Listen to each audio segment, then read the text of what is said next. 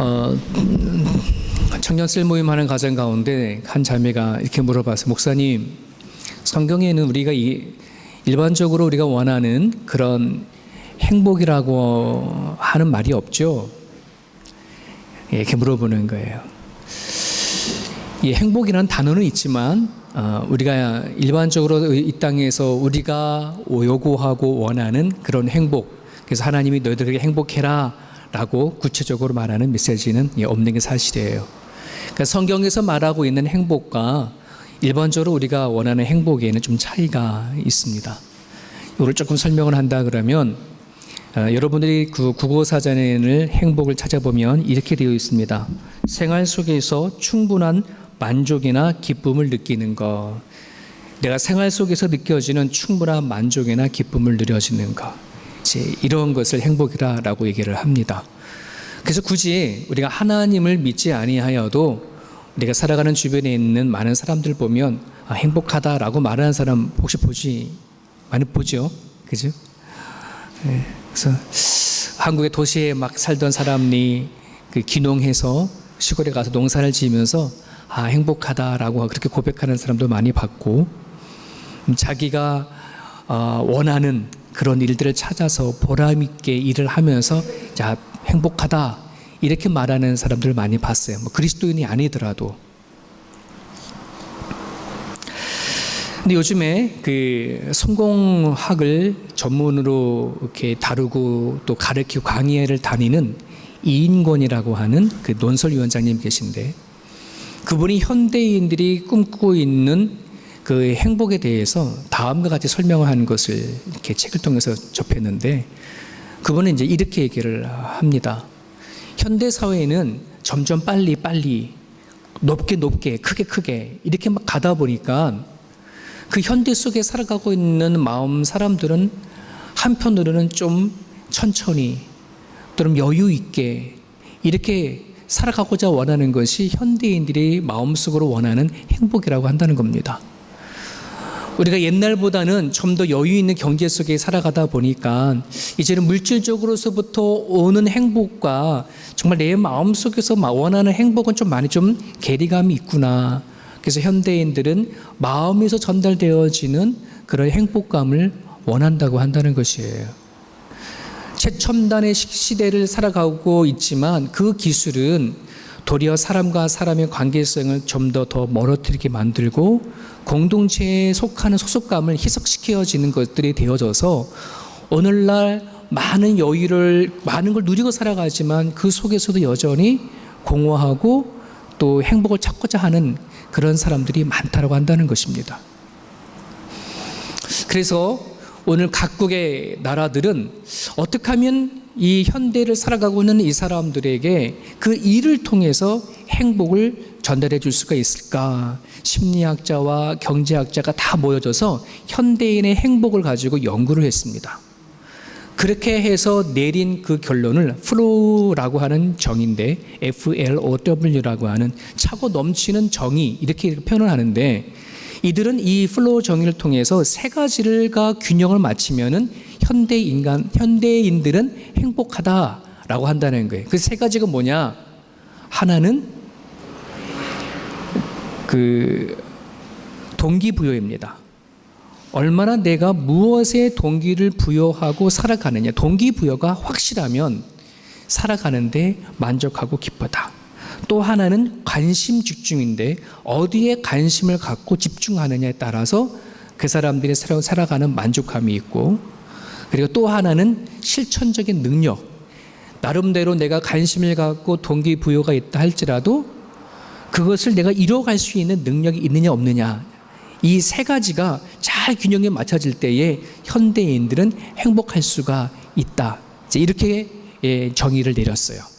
그래서 많은 미국의 대기업들은 이 세 가지의 원리를 수용해서 현대의 막 기업들이 자기의 일하는 직원들에게 이 세 가지를 가능하면 충족시키려고 노력을 한다고 합니다.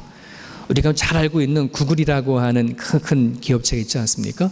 그래서 그 구글이라고 하는 그 회사가 이 세 가지를 가지고 어떻게 하면은 그 자기의 직원들에게 그들에게 만족감을 주고 행복감을 주면서 생산성을 높일 수 있는가, 이 세 가지 초점을 뒀다라고 합니다. 그리고서 많은 영향력을 또 많은 성공을 또 이끌어왔다, 그렇게 이야기를 하는 걸 볼 수 있었습니다.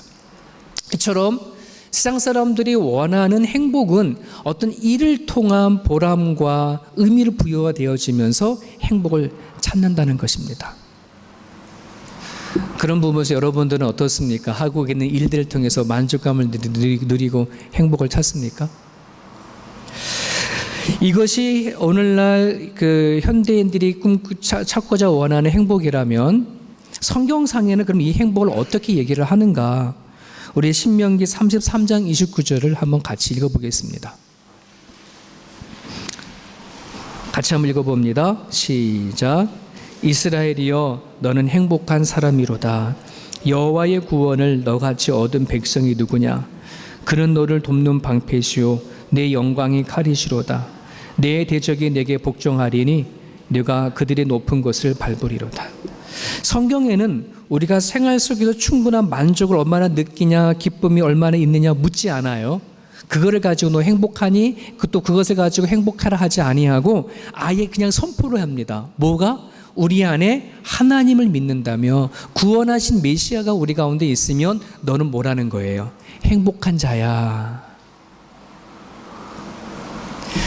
그럼 여러분 이 말씀을 따진다면 우리는 지금 뭐 하는 거예요? 행복한 거죠. 이미 내가 하나님을 믿으니까, 내가 예수를 믿으니까, 나를 구원하신 하나님을 믿으니까. 오늘 신명기의 말씀을 따진다 그러면 정말 우리같이 구원 얻은 백성이 어디 있느냐라고 하나님이 우리에게 질문을 던지거든요. 너는 행복한 사람이야, 이렇게 얘기를 해요. 이 행복이라는 단어는 히브리어로 토부라고 하는 말인데요, 토부라는 말은 좋다, 선하다, 기쁘다, 이런 말이에요.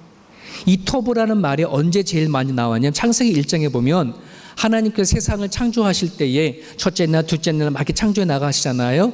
창조를 다 하실 때마다 이 하나님께서 하신 말씀이 있어요. 뭐예요? 나는 보시기에 내가 보기에 너무 좋았더라, 심히 좋았다. 이게 뭐냐? 토부예요. 하나님이 보았을 때 너무 좋은 거예요. 이게 토부입니다. 오늘날 우리가 예수님을 알고 하나님을 믿는 그것이 하나님 보시기에는 너무 좋은 거예요. 너는 그래서 그것이 뭐다? 행복이다. 그러니까 우리가 성경상에서 말하는 행복은 하나님으로부터 오는 행복을 말하는 거예요. 하나님과 관계성을 맺음을 통해서 오는 행복을 성경은 말하고 있는 거예요. 그런 부분들 안에서 여러분들에게 이 행복이 정말 차고 넘칠 수 있기를 축복합니다. 여러분이 호주에서 God bless you라고 하는 그런 인사말 많이 하죠. 그럼 그 의미는 그냥 복 받으세요라고 하는 의미보다 더 깊은 뜻이 있어요. 거기 God bless를 할 때 bless라고 하는 blessing이라고 한다는 말은 bleed라고 하는 단어에서 왔대요. 그러니까 피를 흘리다라고 하는 단어예요. 구약 시대에 보면 이스라엘 백성들이 자기 죄를 씻기 위해서 짐승을 가지고 가서 목을 자르고 각을 떠서 피를 흘리면서 제사를 드렸죠. 그러면서 이 피를 흘려고 뿌리는 걸 과정을 통해서 하나님과의 자기와의 언약이 갱신이 되고 유지가 되어지는 것, 이것을 복이라고 생각한 거예요. 그래서 God bless you. 피를 흘려지는 것을 통해서 자기의 죄를 씻어주는 것, 하나님과의 관계성을 계속 맺어가는 것을 그거를 복이라고 생각하고 축복이라고 생각했고 그걸 행복이라고 생각을 한 거예요. 그래서 지나가는 사람들마다 그렇게 인사를 한 것입니다. 여러분, 오늘 우리들이 정말 이 행복이라고 하나님과의 관계성에서부터 오는 이것을 철저히 깨달아 알아야 오늘 주어지는 이 메시지가 우리에게 조금이나마 도전이 되어지고 조금이나마 내 마음속에 담아져서 그래 한번 해보자 하는 마음이 우리 가운데 생긴다는 것이에요. 예전에 지훈이랑 같이 이렇게 뭔가 물건을 하나를 고르는데 애들이 항상 물어보냐, 아빠 이게 좋아 저기 좋아 이렇게 물어보잖아요. 그래서 한참 보다 나는 이게 좋은데 그랬다 얘기했더니 이 지훈이 아들이 아빠가 좋으면 나도 좋아. 그렇게 지나가는 말 슬쩍 얘기하는 거예요. 왜 물어봐? 내가 해서 내가 좋은 거 자기가 좋겠다는 거지. 아빠가 좋으면 나도 좋아. 제가 그 말을 듣고 한참 마음이 곱씹었어요. 야, 우리가 하나님께서 우리가 너는 행복한 자다라고 말할 때에는 하나님과 우리들의 관계성에서 오는 것을 더 느끼는 거 느껴져요. 하나님이 좋은 걸 나도 좋다. 하나님이 세상을 만드셔서 열심히 보기 좋았더라 하면 나도 그게 좋은 거예요. 그죠? 하나님이 행복한 건 내가 행복하고, 하나님 좋다 하는 건 내가 좋다 생각하고, 하나님이 선하다고 하는 것을 내가 선하다고 하며 살아가는 것이 진짜 우리가 받은 가장 큰 복이구나 하는 것을 깨닫게 되어지는 거죠. 여러분, 하나님이 좋아하시는 걸 여러분이 좋아하십니까? 하나님이 원하시는 것을 여러분들이 원하십니까? 그럴 수 있기를 바라요. 그것이 되어져야 진짜 우리 안에 하나님 믿는 것이 행복하고 기쁘고 즐겁고 하는 게 되어지는 거예요. 여러분, 오늘의 이 메시지는 어렵지 않아요. 하나님께서 베드로를 통해서 두 가지를 얘기를 하는데, 하나는 권면이고 하나는 명령이에요. 어떤 권면을 하냐 그러면 이런 권면입니다. 너가 하나님을 믿니? 내가 하나님을 믿는 믿음이 있으면 그걸로 멈춰 있지 말어. 그 믿음이 갖고 있는 게 다가 아니야. 이 하나님을 믿는 거는 누구도 믿는다? 사돈도 믿어. 하나님이 있는 걸 알고 믿어. 하지만 이 믿음에 뭐가 있어야 된다는 거예요? 덕이 있어야 된다. 덕은 선한 성품을 얘기하는 거예요. 믿음에 덕을 더하고 그 덕에 지식을 더하는, 지식이라고 한다는 것은 영적인 분별력이에요. 이해력입니다. 지식을 더하고, 지식에 절제를 더하고, 절제에 인내를 더하고, 인내에 형제 우애를, 형제 우애에 나중에 사랑을 더하는 8가지 덕목을 쭉 얘기를 하면서 너가 믿음이라고 갖고 있는 것에 머물러 있지 말고 이 믿음을 가지고 하나님께서 원하시는 그 성품들을 이루어내기를 요구하시는 거예요. 그걸 권면하시는 거예요.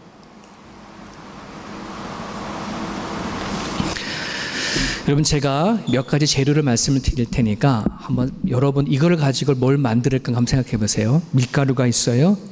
김치가 있어요. 두부가 있어요.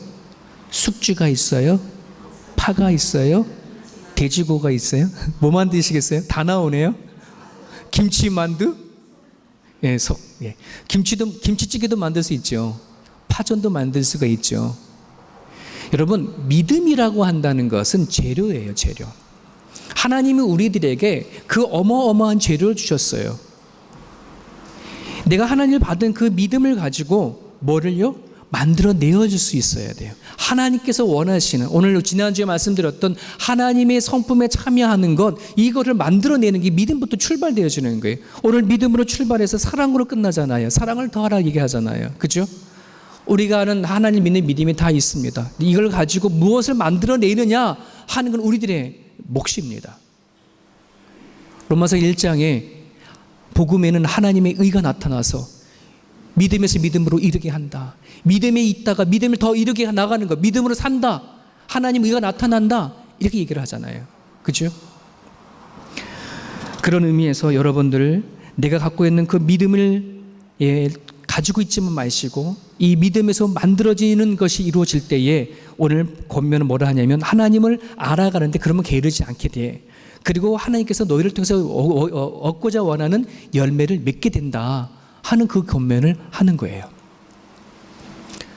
또 하나는 명령입니다. 하나는 권면이었고 하나는 명령인데 어떤 명령이냐면 하나님께서 우리를 부르시고 선택한 것을 굳게 하라. 하나님이 부르신 것, 선택하신 것, 누구를? 나를. 이것을 굳게 하래요. 이 굳게 하라라고 하는 의미는 뭐냐 그러면 이런 거예요. 하나님이 부르시고 선택한 거에 대해서 너가 응답해라. 확실한 응답해라. 확실히 대답해라. 이런 말이에요. 여쭤보겠습니다. 하나님이 여러분들을 선택한 것에 대해서 여러분 응답하고 계십니까? 하나님이 여러분을 부르신 것에 대해서 응답하시고 살아가십니까? 이것에 대해서 확실하는 말이에요. 나를 불렀는지 말았는지 선택했는지 마셨는지 그렇게 살아가지 말라는 말입니다. 그냥 대충 그렇게 살아가게 되어지면 오늘 성경에는 그런 사람들은 실족한다. 살아가는 가정 가운데 넘어지고 쓰러지고 포기해져버리는 삶을 살아간다. 하나님이 부르시고 선택한 것이 무엇인지 확실해야 내가 살아가는 가정 가운데에 이 세상에서 실족하지 않고 넘어지지 않는다. 도리어 하나님 나라에 들어갈 넉넉한 자격을 주어진다라고 그렇게 얘기를 하고 있습니다.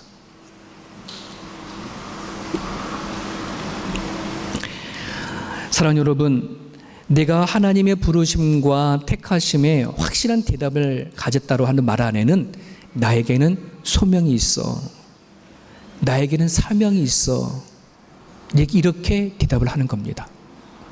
한번 여러분들이 여러분 손에 가슴을 얹고, 내가 이 하나님을 믿고 예수를 믿는데 주님이 날아갈 때까지, 하나님이 부를 때까지 내가 감당해야 할 소명이 무엇이지?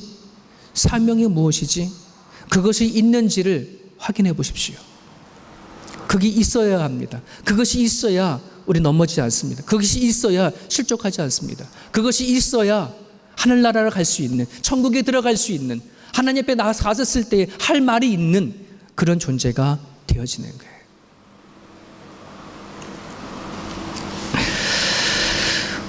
이 말씀을 한참을 제 준비 묵상하고 이렇게 생각하는데, 제 한 마음 깊은 곳에는 자꾸 반문이 자꾸 생기는 거예요. 하나님, 베드로를 통해서 오늘 주시는 이 메시지가 권면의 메시지고 명령의 메시지인데, 하나님 이 말씀을 전하면 오늘 이 자리에 앉아있는 성도들이 얼마나 그 말을 억셉하고 받아들여서, 그래 내가 한번 하나님의 권면대로 살아보자, 하나님 명령 따라 한번 내가 소명과 사명을 가져보고 살아보자, 이런 마음이 생길까요? 이 목회자가 이 말씀을 전달했었을 때에 이분들이, 성도들이 그래 한번 살아봐야 되겠다, 이런 마음을 가져야 되는데 이것이 어떻게 이게 되어질까요? 오늘 본문에는 더 힘써서 그렇게 하라고 하는데 이 메시지가 그냥 한쪽으로 듣고 한쪽으로 흘려버려지는 그냥 의미 없는 그냥 메시지로 듣고 말아버려야 되지 않을까? 이런 생각을 내 마음에 들어져요. 그러면 과연 이것이 하나님의 말씀하시는 권면과 명령을, 이 말씀 내가 받느냐, 한쪽 아무 의미 없는 생각으로 듣고 틀려버리느냐, 무엇이 차이일까를 곰곰이 생각했어요. 그것은 내 마음에 하나님으로 향한 행복감이 있느냐 없느냐를 결정하더라고요. 내 마음에 하나님으로 인한 그 어떠한 즐거움이 있느냐가 없느냐가 하나님이 하신 말씀을 듣기도 하고 듣지 않기도 한다는 것을 느껴졌어요. 여러분들이 세상 살아갈 때 얼마나 행복한지는 잘 모르겠습니다. 어떤 여러분 좀 일을 하시면서 보람되어지고 기뻐서 얻어진 행복이 있는지는 모르겠지만, 과연 여러분들이 하나님 안에 얻어지는 행복이 있다면 여러분, 이 말씀은 여러분들에게 마음속에 담아지는 메시지가 될 줄 믿습니다. 어떻게 하면 그러면 내가 이 하나님으로 인한 행복하는 마음을 들 수 있을까? 아까 말했던 세 가지를 다른 것에 빗대는 게 아니라 하나님 앞에 이것을 개입시켜야 된다는 거예요. 세상 사람들은 이것을 일에 개입시켜요. 내가 어떤 일에 관심을 갖느냐, 어떤 일에 동기부여가 있느냐, 내가 일을 할 수 있는 능력이 있느냐를 일에 초점을 맞추지만 이 일에 대한 초점을 어디다 옮겨가면 될까요? 하나님께 가져가면 돼요. 하나님께. 내가 살아가는 모든 관심의 집중이 하나님께 있느냐, 동기부여가 하나님께 있느냐, 내가 오늘 살아갈 수 있는 실천의 능력, 살아가는 힘이, 능력이 하나님께 있느냐, 이 세 가지가 내한테 적용이 되어진다면, 균형 있게 내한테 있다 그러면 여러분, 오늘 이 메시지는 내가 해볼 만한 겁니다. 말씀을 지켜볼 만한 너무 귀한 메시지입니다. 우리가 살아가는 과정 가운데 내가 일에 집중이 아니라 하나님 앞에 관심을 두고 살아가려면 방법이 하나가 있습니다. 우리 인간이 태어나서 살아가게 되는 가장 근본적인 질문들을 끊임없이 던질 수 있어야 합니다. 진지한 질문을 던지는 거예요. 내가 왜 태어났는지, 내가 왜 살아가야 되는지, 내가 엄마로서, 아내로서, 아버지로서, 남편으로서 살아가는 이유가 뭔지, 나는 무엇에 행복하는지, 나는 무엇에 좌절하는지, 나 또는 내가 죽음에 대한 것을 과연 이길 수 있는 것이 있는지라고 하는 가장 근본적인 질문을 누구한테 던지는 거예요? 하나님 앞에 자꾸 던질 수 있어야 내가 살아가는 모든 관심이 일에만 접해지지 않고 어디 간다는 거예요? 하나님을 향한 관심을 돌릴 수가 있습니다. 우리 셀 중에 충성셀이라고 있습니다. 이 30대, 40대 남성으로 구성되어 있는 충성셀인데, 많이 모일 때는 7, 8명도 모이고 적게 모일 때 3, 4명이 모여요. 그러니까 3, 4명이 모였을 때, 숫자가 적었을 때 어떤 집사님이, 목사님, 우리 이 셀 이게 적게 모인다고 없으면 안 돼요, 이러시긴 하는 거예요. 왜요? 예. 너무 30대 40대 되어지면 바쁘잖아요. 어떻게 해서 가정을 세워가려고 하고 갓 애들 낳고 막 키워나가 바쁘잖아요. 예, 어떤 분은 주일까지 일하는 그러한 남성들도 있습니다. 근데 그분들이 이 시간이만큼이라도 앉아서 뭐 한다는 거예요? 진지하게 자기를 향해서 질문을 던질 수 있는 시간이다. 바쁘고 분주해서 그를 생각할 수 여유가 없는데 같이 앉아서 이 시간이라도 같이 내가 왜 사는지 좀 생각해 볼 수 있는 그런 시간이 있기 때문에 없애면 안 된다. 저는 그 말에 동감을 합니다. 여러분, 우리는 너무나 이 시대가 너무나 분주하게 살아가지 않습니까? 현대인들은 너무 감각적인 시대로 살아가기 때문에 눈으로 보고 입으로 즐기고 몸으로 느끼는 것에 온통의 관심을 갖고 살아갑니다. 여러분, 한국 TV 설치하신 분들 한번 보십시오. 수많은 채널이 있다 하더라도 거기에 보면 술 먹고 마시는 거에 대한 채널이 너무너무 많아요. 모든 관심이 먹고 마시고 즐기는 것에 대한 포커스가 맞춰져 있는 시대 속에 우리는 살아갑니다. 여러분, 우리가 정말 진정한 행복을 어디서 느끼냐면 하나님 앞에 관심 집중할 때에 거기서 우리는 참된 행복을 느낄 수가 있습니다.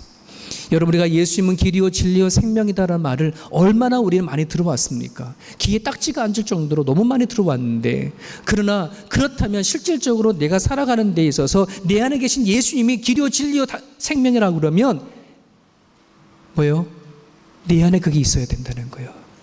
길이 있고 답이 있고 생명이 있어야 한다는 거예요. 에베소서 1장 5절과 6절 한번 같이 한번 소리내서 읽어보겠습니다. 같이 한번 읽어봅니다. 시작.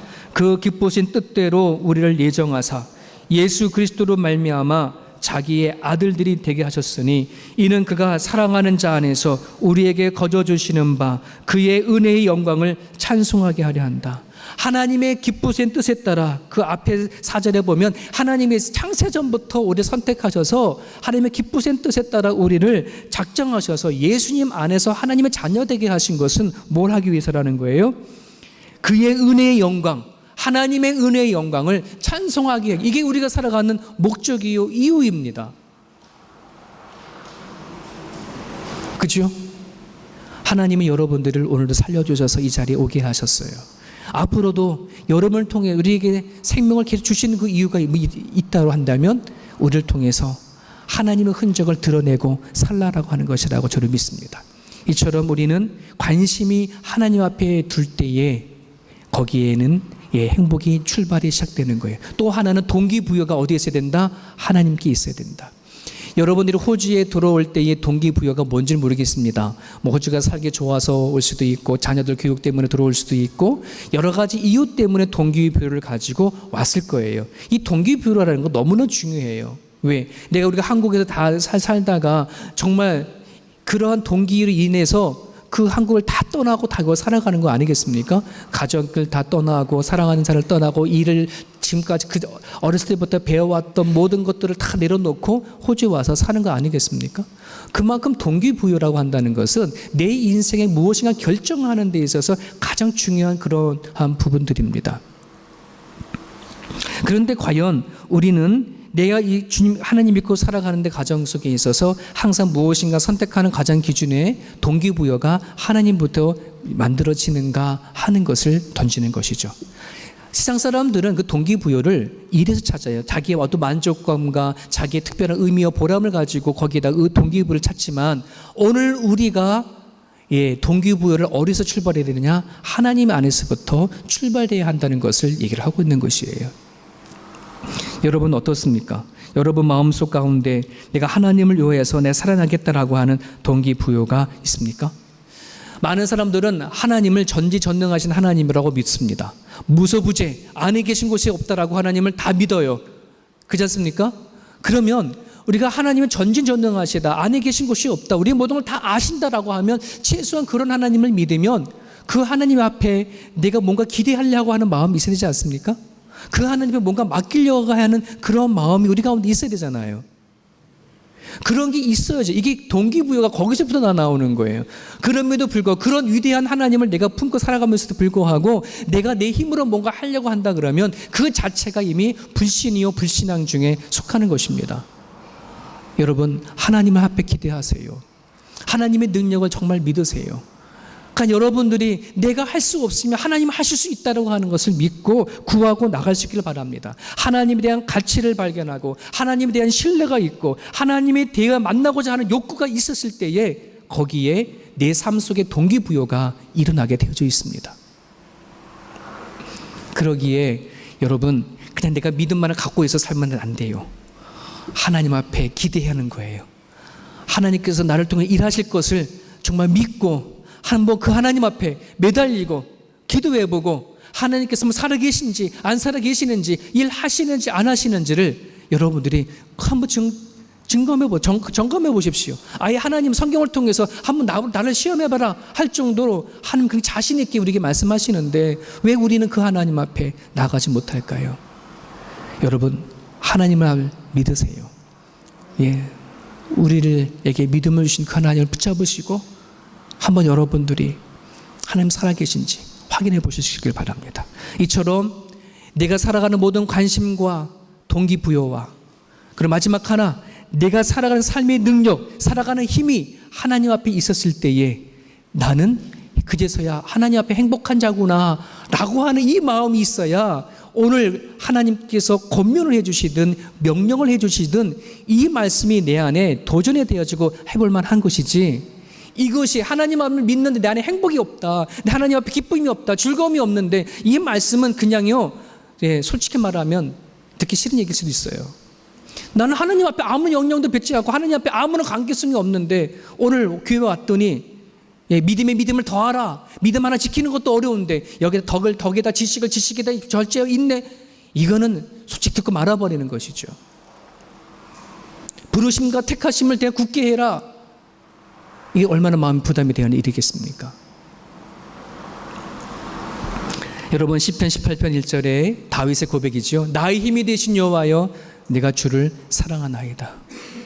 여러분이 하나님을 믿어온 지가 얼마나 기간인지 모르겠지만 정말 다윗이 이 고백은 시적인 표현이 아니라 정말 삶 그 자체가 하나님은 내 힘이었다라고 노래한 거예요.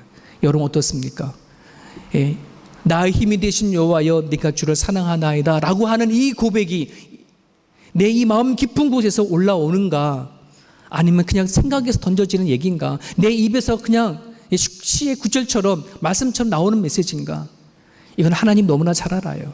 우리가 자녀를 키워보면 얘가 마음 깊은 곳에서 말하는 건지 그냥 스쳐 지나가면 주쳐서 들었던 얘기를 말하는 건지 우리는 너무나 잘 알다시피 나의 힘이 되신 여호와여 내가 주를 사랑하나이다 라고 하는 이 고백이 내 마음 깊은 곳에서 올라오지 아니하면 나는 하나님으로 인한 관계가 아직 형성되지 않는 거예요.